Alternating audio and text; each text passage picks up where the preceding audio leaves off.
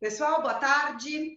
Hoje estamos aqui mais uma vez para a nossa troca de ideias e eu trago como convidado o meu querido professor Márcio Hartz.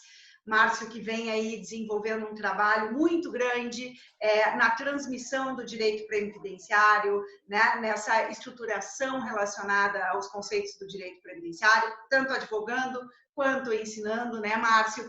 É um dos formadores do G4 aqui no Rio Grande do Sul, que trabalha muito com esses temas, e o Márcio vai trocar algumas ideias conosco aqui sobre as questões vinculadas a salário de benefício, renda mensal inicial, salário de contribuição, que são nossos temas caros para esse momento, em função da própria estruturação de oferta de benefícios futuros.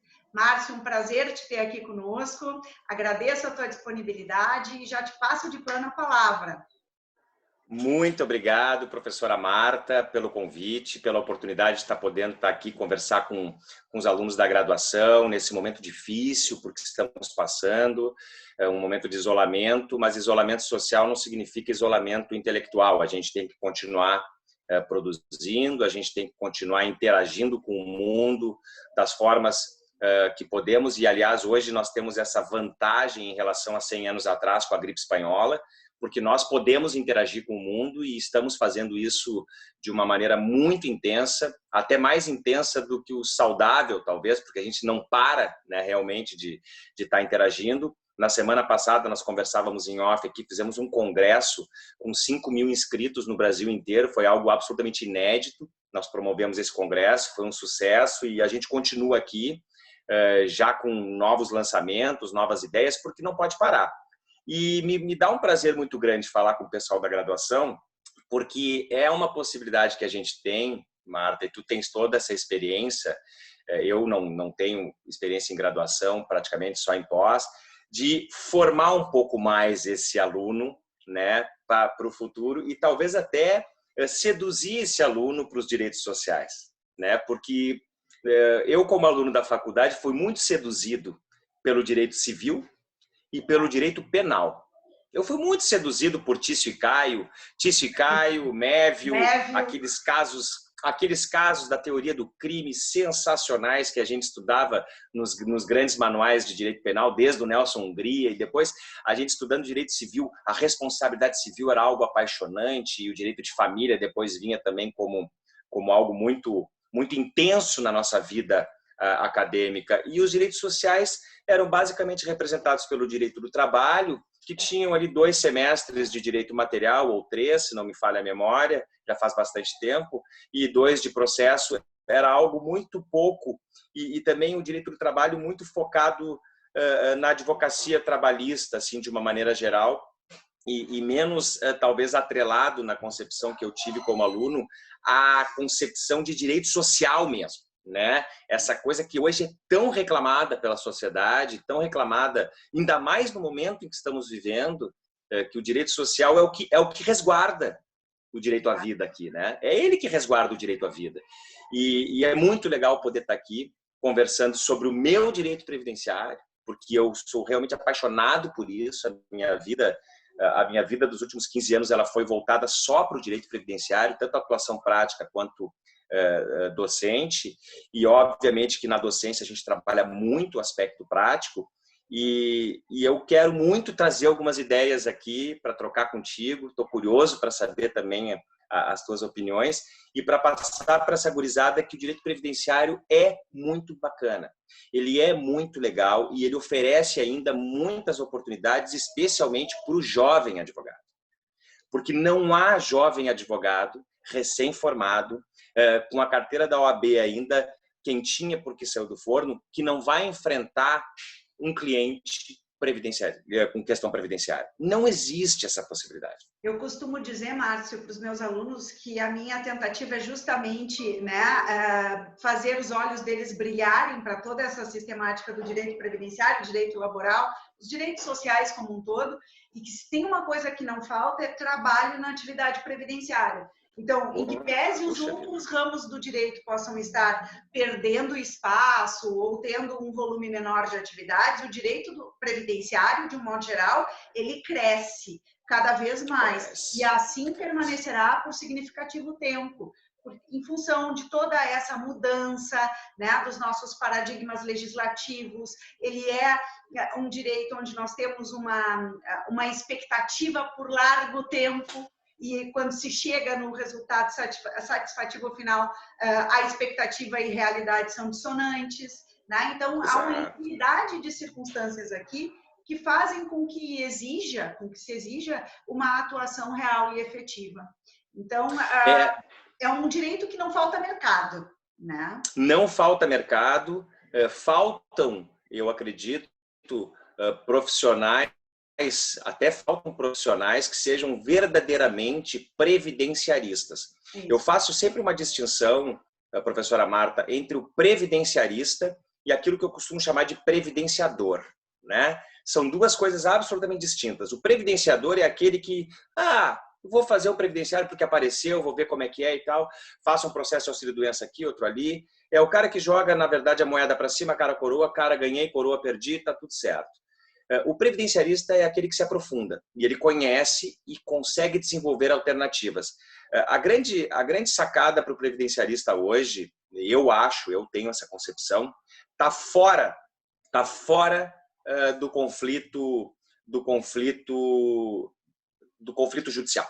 A grande sacada para o previdenciarista, e esse é o mercado que está emergindo pós-reforma da Previdência, com muita força, mas ainda com muito pouca capacitação, é o mercado da consulta. O consultivo previdenciário que vai gerar os planejamentos e as projeções de aposentadoria. E esse é o mercado que está crescendo, porque as pessoas elas vão precisar saber como, quando e se irão se aposentar. E não mais aquele cliente que já vem pronto, mas o cliente que a gente vai preparar para o futuro. Porque a nossa missão como previdenciarista não é só aposentar alguém. A nossa missão é um compromisso com projeção de bem-estar no futuro. E é isso que as pessoas estão começando a compreender no mercado previdenciário. Tem que chegar ali, tem que chegar no consultivo, porque no consultivo eu elimino a figura do conflito, elimino, por consequência, o juiz entre mim e os honorários, porque eu preciso de honorários, nós todos precisaremos de honorários. Eu elimino a figura do terceiro, que vai definir o meu futuro, e elimino o conflito com o INSS, porque eu estou justamente trabalhando no sentido contrário, de não gerar o conflito com o INSS. Eu vou preparar esse sujeito para se aposentar tal e qual o INSS entende que deva ser feito, dentro das regras do jogo, né? E já bem preparadinho. Então, é um trabalho que eu acho que vai gerar muito fruto para quem quiser se direcionar para essa área. Concordo contigo, e eu sou uma defensora também dessa questão do consultivo. Desenvolvo na área previdenciária o consultivo às avessas, portanto, para a figura empresarial, né? Todas as nuances previdenciárias e tributárias sobre a figura empresarial, que também é um sistema interessante e importante para que a gente evite o processo futuro, ou pelo menos tenha elementos e argumentos suficientes, né, para salvaguardar essa sistemática futura.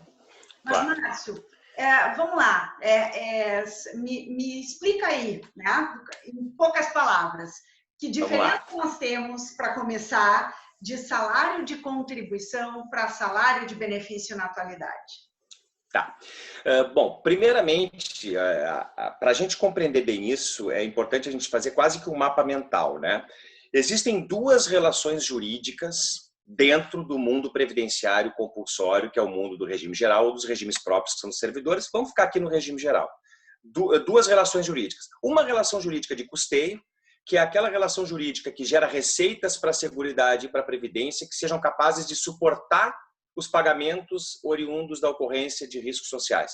Então, o custeio que está na Lei 8.212 é a base para pagamento de benefício. É através dele que eu pago os benefícios, que a autarquia paga. Esse custeio trabalha com relação jurídica tributária, uma relação jurídica de direito tributário. Contribuições sociais são uma das espécies de tributos previstas na Constituição, que são 5 espécies. A sexta espécie, que agora caiu, que é o imposto sindical, né, que ele acabou caindo, mas é imposto, taxa, contribuição de melhoria, empréstimo compulsório e contribuição social, que estão lá no artigo 195.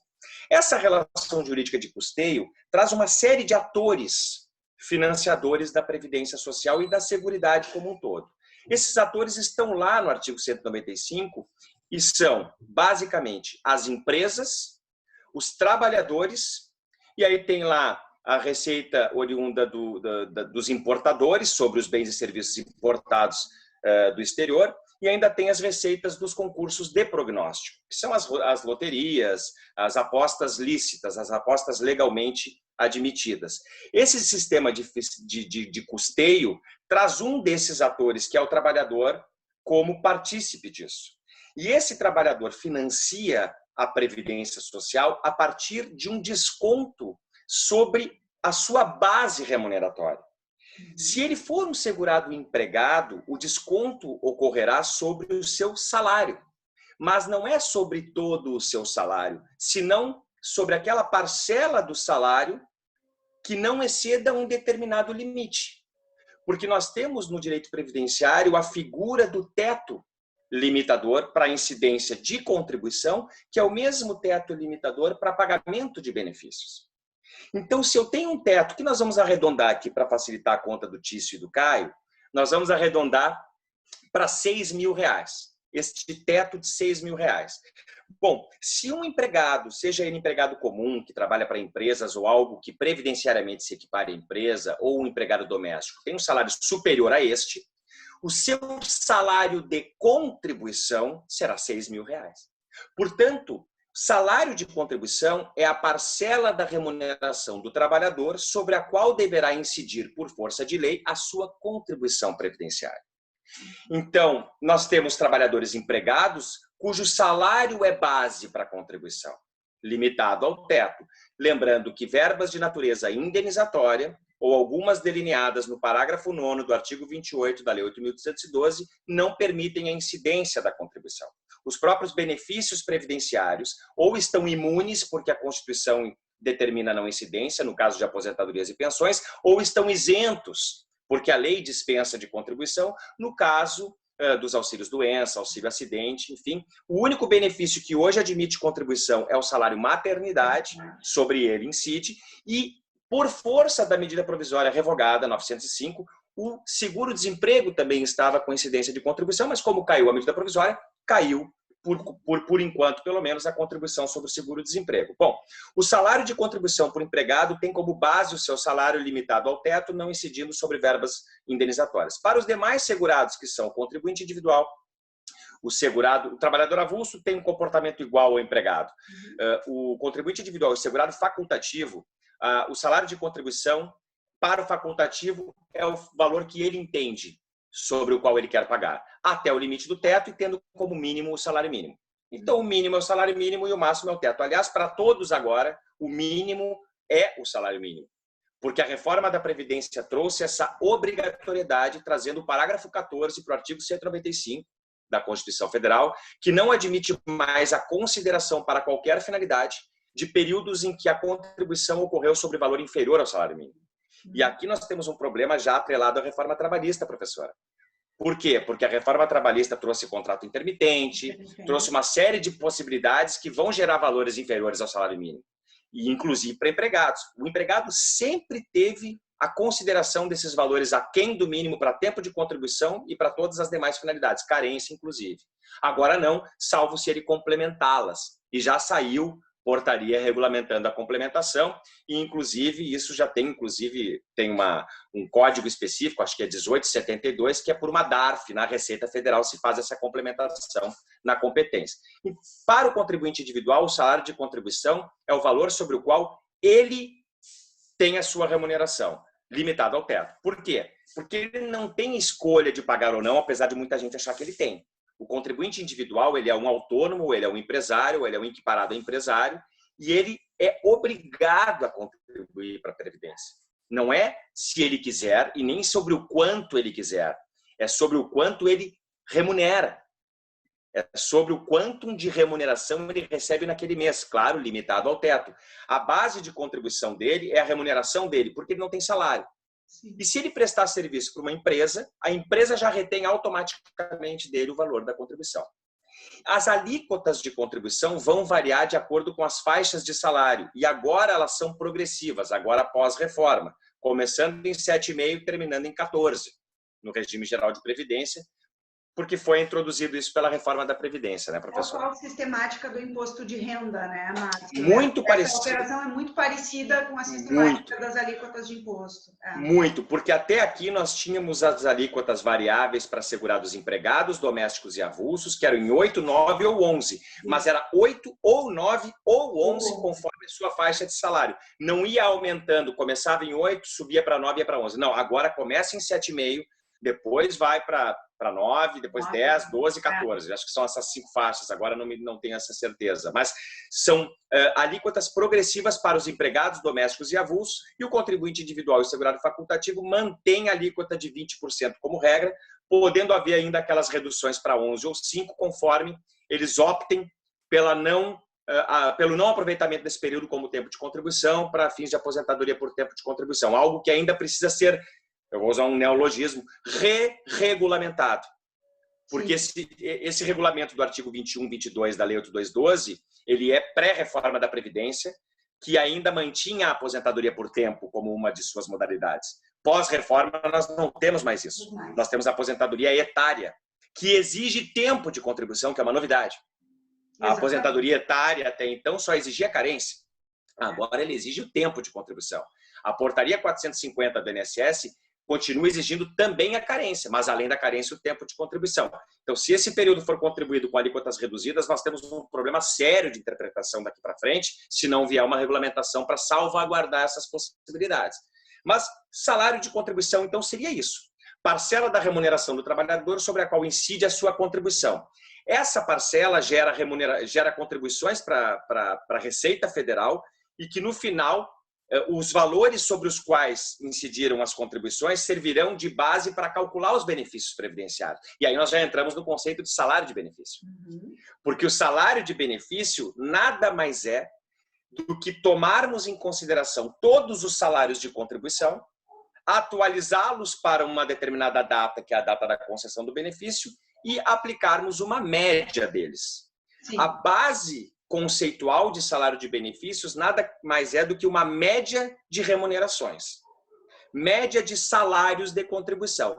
Nos termos do artigo 29, hoje revogado tacitamente pela emenda 103, salvo em um único caso, na minha opinião, e que está mal regulamentado pela portaria 450, que é o caso dos portadores, das pessoas com deficiência, porque para estes a Constituição mantém integralmente o artigo 29 da 8213, mas a portaria entendeu que não, e está errado, ela é inconstitucional, na minha visão, pelo menos.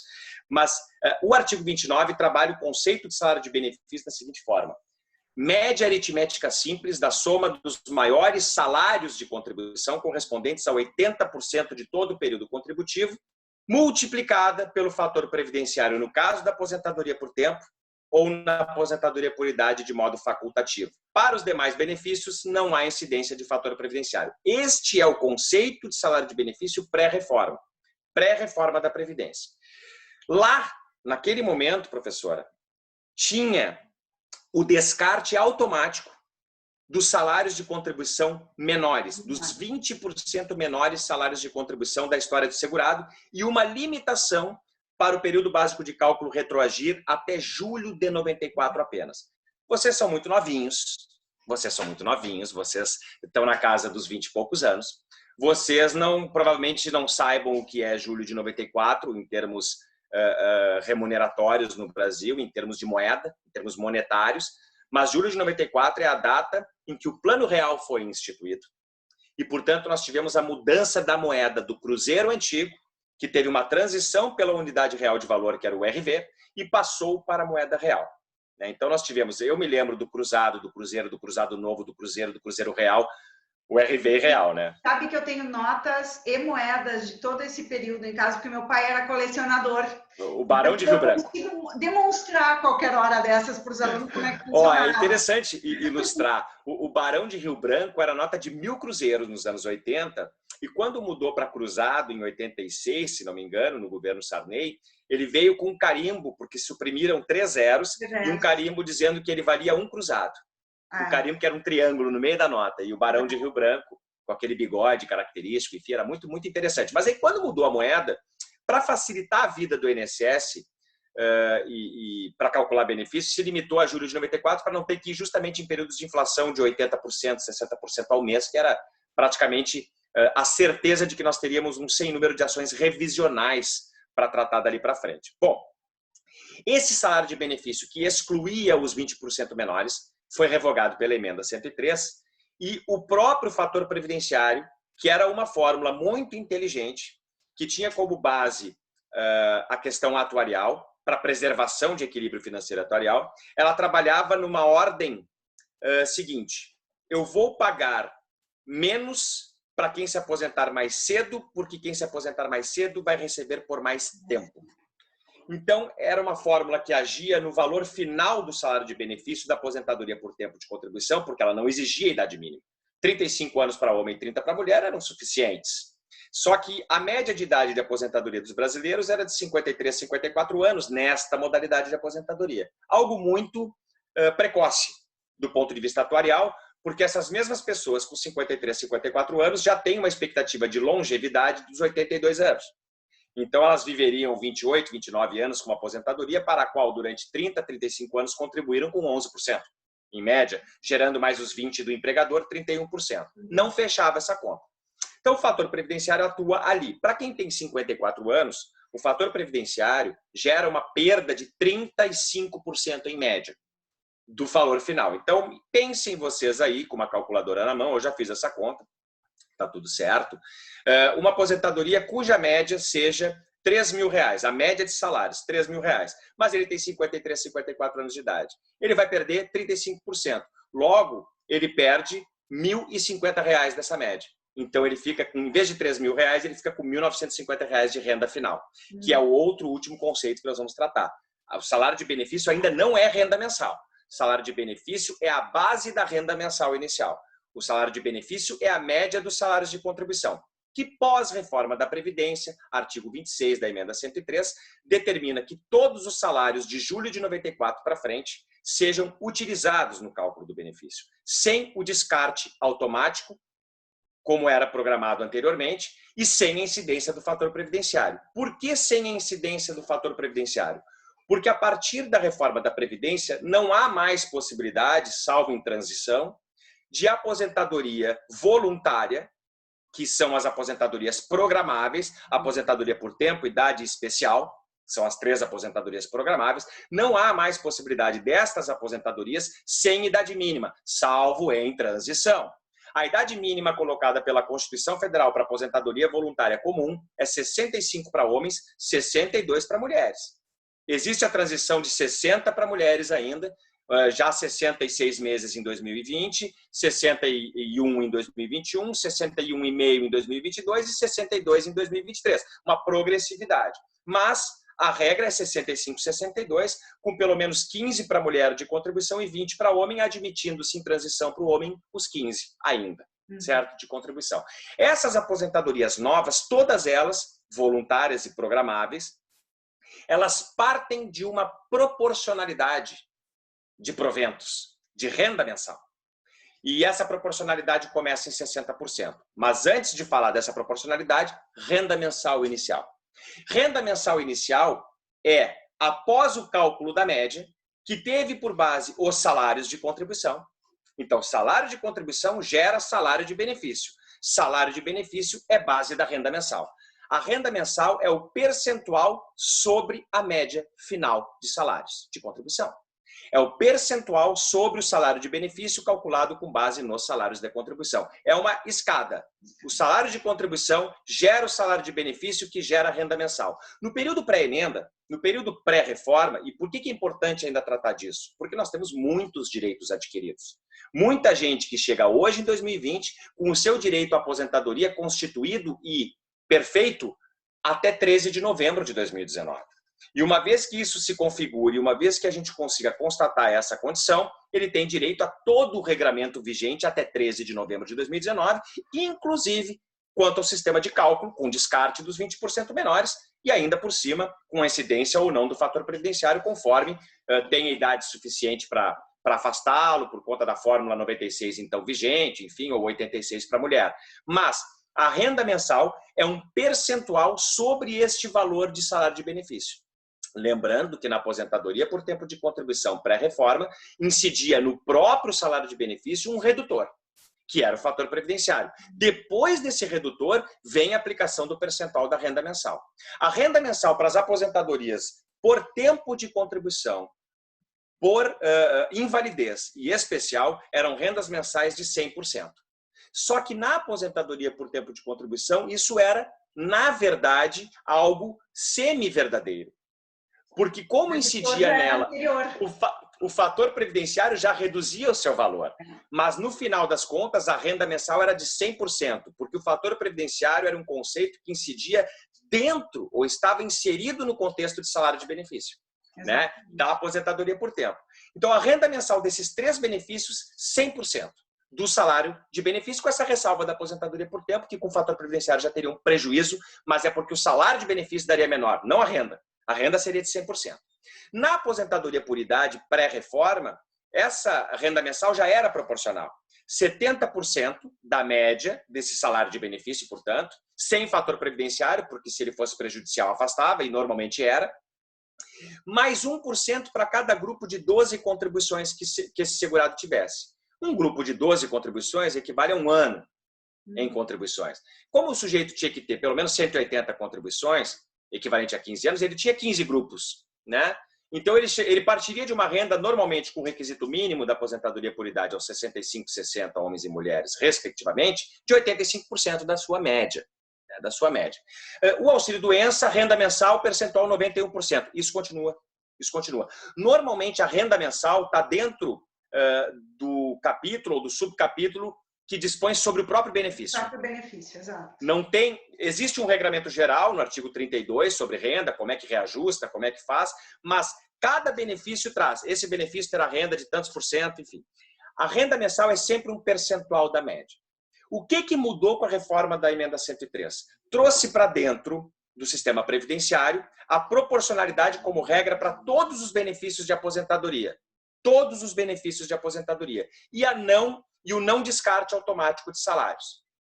Mas o interessante, permite que o segurado descarte salários que possam gerar prejuízo na sua renda. Mas, ao fazê-lo, ele abre mão daqueles salários e daquele período correspondente para fins de tempo de contribuição, tanto para atingimento de requisito, quanto para acréscimo de renda mensal. Vou explicar o acréscimo.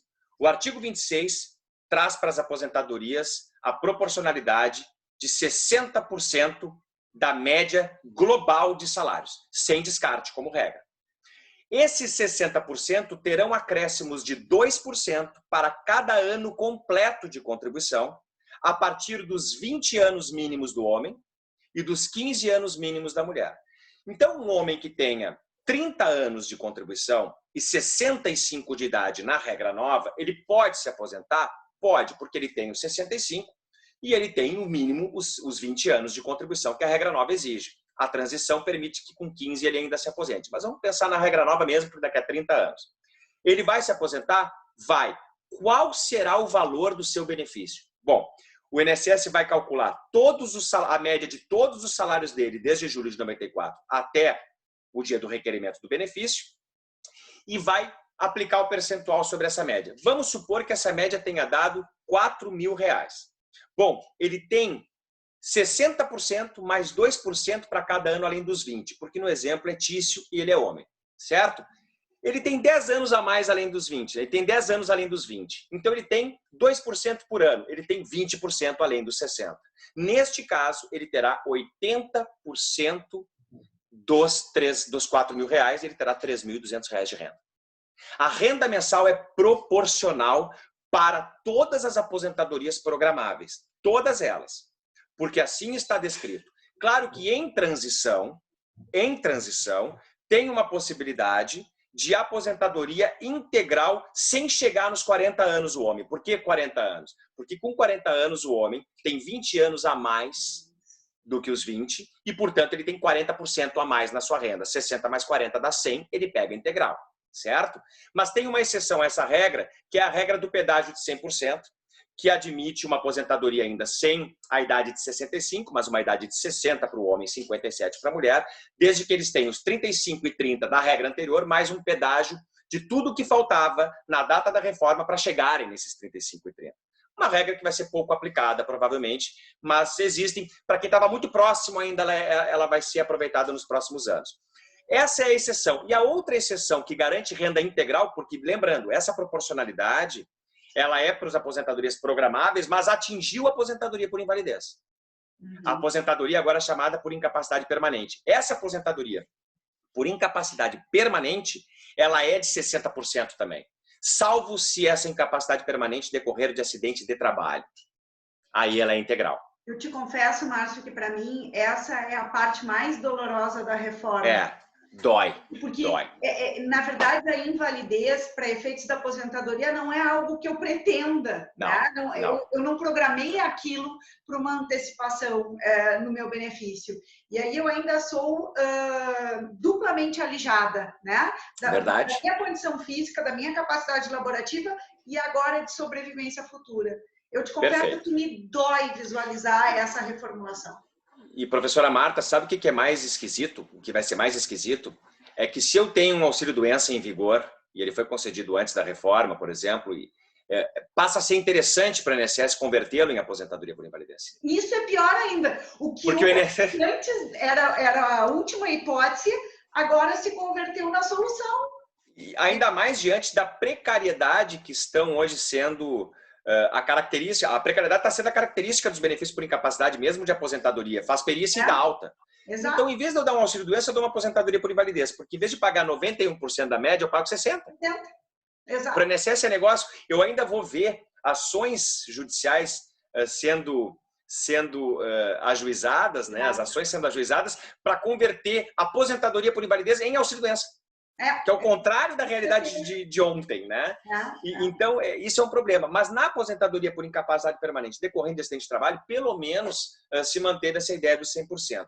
Agora, o que é interessante aqui na renda mensal? A reforma não limitou em 100%. Não limitou em 100%. Então, se o homem tiver mais de 40 anos de contribuição e a mulher mais de 35, eles vão começar a passar dos 100%. E não há limitador. Então, o INSS vai ter que aplicar o que nós antigamente chamávamos, em novembro, de fator previdenciário positivo, algo muito parecido com aquilo. O fator previdenciário que dava mais de 1, porque ele melhoraria meu salário de benefício. E podia acontecer? Podia. Um homem com 65 anos de idade, 40 de contribuição, dava fator positivo. 1,2 gerava, às vezes, 20% a mais no valor da renda dele, porque aumentava o salário. Mas é porque, atuarialmente falando, está correto. Já que eu vou viver menos e contribuir mais... Bom, então eu vou ter mais aposentadoria. Algo que começa a se aproximar muito do sistema de capitalização. Muito. Nós estamos nos aproximando cada vez mais dessa realidade. Mas, olhem só, não tem limitador em 100%. E a grande novidade da reforma é o descarte. Realmente é o descarte opcional pelo segurado. Imaginem um homem que passa a ter apenas acréscimo de renda. Olhem o planejamento previdenciário. Vocês vão ganhar dinheiro com isso quando sair da faculdade. Quando vocês saírem daí, vocês vão ganhar dinheiro com isso. Um homem com 15 anos de contribuição, com transição, porque ele já estava no sistema antes, ele pode se aposentar se chegar aos 65 de idade. Ele só tem acréscimo de remuneração a partir dos 21 anos de contribuição. Porque ele tem que ter um ano completo além dos 20 para ter os 2% a mais. Se ele pode se aposentar com 15 e só tem acréscimo depois dos 21, tudo que ele tiver, digamos que ele vai apresentar para vocês o caso deles, e ele chega assim, eu tenho 20 anos e 10 meses de contribuição e 65 de idade. Quero me aposentar. Vamos aposentar, mas eu vou excluir 5 anos e 10 meses dos teus salários ruins. Porque eu posso fazer isso. Pode fazer. A renda vai dar 60% igual. 60% está garantido. E a renda vai dar 60%, com 15 ou 20 anos e 11 meses. Só que se eu tirar esses 5 anos de 11 meses, eu aumento a média. Então o meu 60% vai ser maior.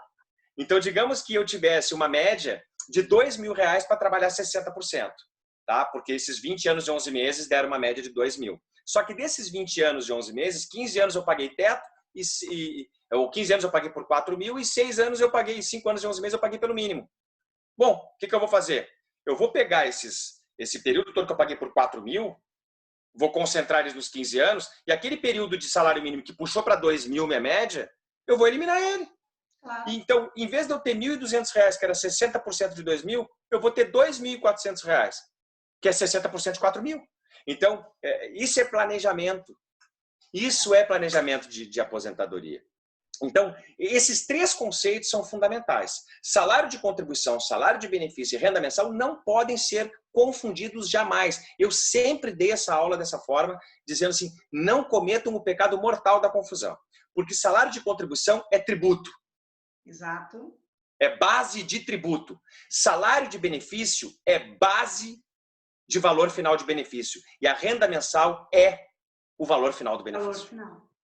Então, nós temos a base da média e a média é base da renda. O salário de contribuição é base do salário de benefício. O salário de benefício é base da renda. São coisas que não devem ser misturadas, são coisas que não devem ser confundidas. E espero que não confundam, porque realmente isso é algo que atrapalha lá na frente. E a gente precisa ter esses conceitos muito claros. Tem pessoas que não acreditam muito em conceitos, né, Marta? Mas conceito é fundamental. A base teórica ela é fundamental. A gente tem que entender por que não podem ser confundidos. Porque um advém da relação jurídica tributária, previdenciária, relação jurídica de custeio, o outro advém da relação de benefícios e o último é a definição do valor final da renda, o valor final do benefício. Está, inclusive, apresentado o último, quando eu trabalho na lei, o próprio benefício. Aí vem dizendo qual é o valor da renda, qual é o percentual de renda. E tudo isso no contexto de reforma e pandemia. A pandemia trouxe, obviamente, problemas sérios para o INSS, porque trouxe muitas perícias por incapacidade. O INSS teve que, às pressas, trabalhar com home office, não estava preparado para isso.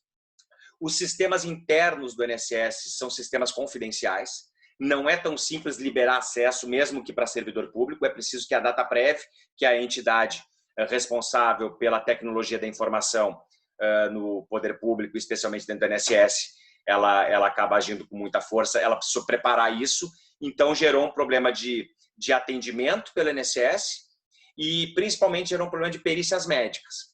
Hoje recebi a notícia, saiu uma portaria de prorrogação do atendimento remoto do INSS até 22 de maio, mas também saiu uma boa notícia de que os benefícios por incapacidade não cessarão agora por falta de perícia. Então, a gente tem algum tipo de alento, pelo menos, para proteger aqueles que já estão em benefício. O problema são os que não estão, e aí tem agora a perícia indireta, que está sendo feita, a conjuntada de documentos, a antecipação dos 3 salários mínimos, né, nos benefícios por incapacidade, por força da Lei 13.982, que, na verdade, foi a lei que regulamentou o auxílio emergencial de R$600 para trabalhadores informais não vinculados à Previdência, ou mesmo que vinculados à Previdência, mas em situação de desamparo econômico por falta de possibilidade de exercer atividade remunerada. Então, dentro dessa lei, a gente tem alguns regulamentos interessantes. Os efeitos disso? Bom, só o tempo vai nos dizer, né, professora? Mas, enfim, uma coisa que nós podemos perceber dessas reformas todas, né, Márcio, é que, infelizmente ou felizmente, a essas alturas já não sei com exatidão. Eu estou aqui. Nós estamos caminhando em direção, como tu bem disseste, a um sistema mais capitalizado, mais aberto, associado às escolhas pessoais, né, onde entra muito essa circunstância que tu colocaste, que é de nós desenvolvermos, né, o consultivo, o atendimento do nosso cliente no tocante às melhores opções que ele tem e todas as outras estruturas. Parte disso tudo, sem sombra de dúvida, é originária da própria questão demográfica, né, e de uma certa inversão da nossa pirâmide etária.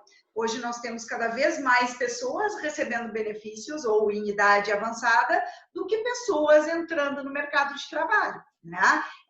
E isso virou muito rápido a chave no Brasil.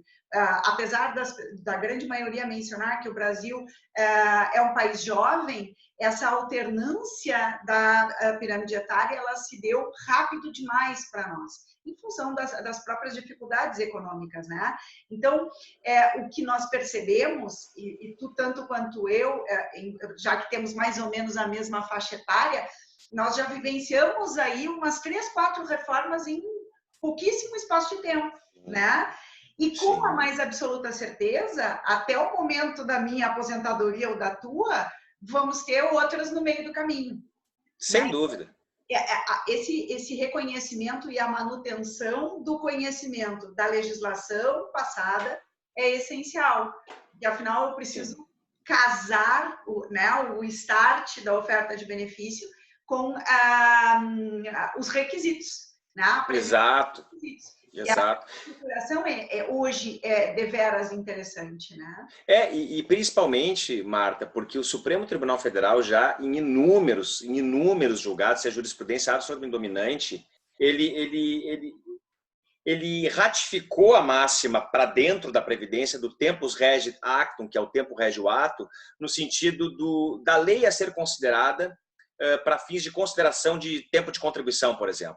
Vale a lei vigente ao tempo em que prestada a atividade. Se aquilo que hoje não é mais tempo de contribuição, ou era em determinado momento em que eu prestei aquela atividade, aquele direito ele se incorpora ao meu patrimônio para fins de aposentadoria futura. Não é direito adquirido a regime jurídico que o Supremo Tribunal Federal nega com veemência, mas é o aproveitamento do raio-x legislativo e daquilo que foi feito durante a vigência daquela lei. Se isso aconteceu, eu incorporo aquilo. Então, realmente, e essa questão da capitalização, só para eu finalizar, a última palestra do Congresso que nós organizamos a semana passada está disponível para quem quiser assistir no grupo lá, Família G, eu não sei se podia dizer isso, mas é o Família G4 no Facebook, ainda tem Facebook, as pessoas ainda vão no Facebook, viu? Que vocês estão dizendo aí que é a rede dos avós, mas é lá que rolam algumas coisas interessantes. Família G4 tem lá o grupo, a gente tem a palestra final do professor Wagner Balera, e eu faço justamente com ele uma pergunta sobre a questão da capitalização, se este é o caminho. E de fato, porque o que acontece? Quando a gente tem um envelhecimento populacional, uma taxa de fecundidade reduzida, a gente tem menos gente nascendo, mais gente sobrevivendo a idades quase europeias hoje que nós temos, obviamente que nós vamos ter um problema de pacto intergeracional para fins de solidariedade previdenciária. É claro que nós vamos ter isso. E aí 3 soluções são apontáveis, né? A primeira solução é aumentar a carga tributária. Ninguém quer. Ninguém quer, ninguém aceita. É uma das hipóteses, inclusive, que tanto empregadores quanto empregados saem de mão dada às ruas protestando pela mesma causa. Eu não quero pagar mais, nem tu quer pagar. Então, vamos junto nessa daqui. Então, pagar mais tributo não é a solução. A segunda solução é a que a reforma fez, que é trazer a idade mínima, porque aí eu tenho um requisito objetivo que impede, coíbe a aposentadoria precoce, fazendo com que eu tenha uma previsibilidade atuarial concreta, porque eu sei, se eles vão se aposentar aos 65 e vivem até os 84 em média, eu vou pagar essa aposentadoria por 19 anos, em média. Então tá, hoje eu estou pagando essa aposentadoria por 29 anos, por 30 anos. Então, tu reduz o tempo de pagamento desse benefício. E, ao mesmo tempo, a reforma mexeu no valor do benefício. Então, ela atuou nos 2 vieses atuariais. Idade mínima e proporcionalidade. E a terceira alternativa é a para qual nós estamos caminhando. Isso eu não tenho nenhuma dúvida que é para qual nós estamos caminhando, é a adoção, evidentemente, do modelo de capitalização. Que aí eu trabalho com poupança individual, eu não trabalho mais com solidariedade, eu trabalho com fundo. E o fundo é individualizado. E aí eu dependo muitas vezes da vontade do trabalhador em aportar aqueles valores. É uma cultura que precisa ser implantada. Não dá para empurrar a goela abaixo e de uma hora para outra. Tem que ser algo trabalhado desde a escola. Eu acho que é até pior que isso, Márcio, porque, na realidade, um dos fatores que nós negligenciamos ao avaliar o sistema previdenciário, na maior parte das vezes, é o conceito do mercado de trabalho. O nosso mercado de trabalho hoje, ele está absolutamente instável. E mais do que isso, cada vez menor em termos de remuneração, rendimento e até mesmo de oferta de atividade. Enquanto eu tiver um sistema previdenciário, e não importa o modelo, capitalização ou repartição simples, atrelado a essa premissa do compromisso com a remuneração ou com a renda do trabalhador, nós não conseguiremos salvaguardar uma previdência efetiva e eficaz para o momento de necessidade. Então, claro, talvez nós tenhamos que conciliar aqui um conceito maior de renda mínima, ou uma oferta assistencialista do Estado de um modo diferente, mais generalista, né, associado a esses conceitos. Para mim, é uma mudança total de mindset. Eu te confesso que eu não consigo enxergar nenhum dos modelos da forma como hoje eles estão, estanques, separados e divididos como solução. Eu acho que a gente tem que achar um encaixe maior nessas estruturas todas. O grande desafio vai ser esse, porque realmente as relações de trabalho mudaram muito. Se fala muito em uberização da relação de trabalho e outras. A informalidade vai tomar conta e aquela ideia de todo mundo ser empresário de si mesmo, que é o auge do liberalismo, talvez, né? E isso, num país como o Brasil, de muita desigualdade, tende a não funcionar. Tende a não funcionar. Né, tende a não funcionar tão bem, mas é uma realidade da qual nós não podemos nos afastar, ou pelo menos não podemos ignorá-la, e ela vai influenciar. A reforma trabalhista ela trouxe inúmeros problemas para a Previdência, porque ela reduz a arrecadação drasticamente, e isso não foi dito por quem idealizou as duas reformas. Né? A reforma da Previdência vai gerar mais emprego, não sei de onde. Né? A reforma trabalhista geraria mais emprego, não gerou. Exatamente. A informalização, a informalidade vai ser um problema porque as pessoas vão ter que escolher entre contribuir para um sistema previdenciário ou contribuir para a janta e o almoço. E aí, como é que fica? E na atualidade nós estamos aumentando o nosso à margem, né? Eu tenho um extremo entre o conceito da assistência social e oferta, por exemplo, de um benefício de prestação continuada, cujos requisitos ainda seguem os mesmos, ou seja, renda per capita ridiculamente baixa, ainda que possa ter sido majorada, mas ridiculamente baixa no tocante a isso, 65 anos de idade ou uma condição de incapacidade. Ou é isso, ou tu tens que estar vinculado ao sistema previdenciário. Mas se eu não tenho mais renda suficiente para contribuir para a Previdência, não tenho 65 anos, não sou incapacitado, eu faço como para sobreviver? Eu acho que esse nosso momento, inclusive, que é o momento de pandemia, está deixando isso escancarado. É só nós querermos observar, verificar as filas, né, na frente das caixas econômicas federais, no tocante à oferta dos benefícios, para nós percebermos quantas pessoas dentro do nosso país estão completamente fora do nosso sistema social, né, do nosso sistema de proteção. Então, a gente precisa repensar o sistema na sua integralidade, né? Não mais levando em consideração como elemento balizador para essa oferta o conceito de labor ou de cumprimento de uma responsabilidade contributiva nessa estruturinha específica. Né? Perfeito, perfeito. Me parece que essa é uma premissa maior na atualidade. Não, concordo 100%, concordo 100%. Mas, Márcio, te agradeço muito a participação e a presença aqui. É um privilégio trocar ideias contigo, que, enfim, eu sempre aprendo alguma coisa a mais, né? Ou uma nova roupagem em relação a um determinado conceito. As portas estão abertas para ti e eu espero poder contar contigo em outras oportunidades também, para que nós sigamos trocando essas ideias aí. Tá, para mim é um prazer mesmo poder estar falando contigo aqui e para os teus alunos. E com certeza presencial também tem seu charme e quando puder estou à disposição para ir na PUC, bater um papo, conversar um pouco, tomar um chimarrão na sala, que eu adoro fazer isso aí também. E sempre que quiser estou aqui. Foi um prazer mesmo. Muito obrigado. Obrigada, Márcio. Tá bom.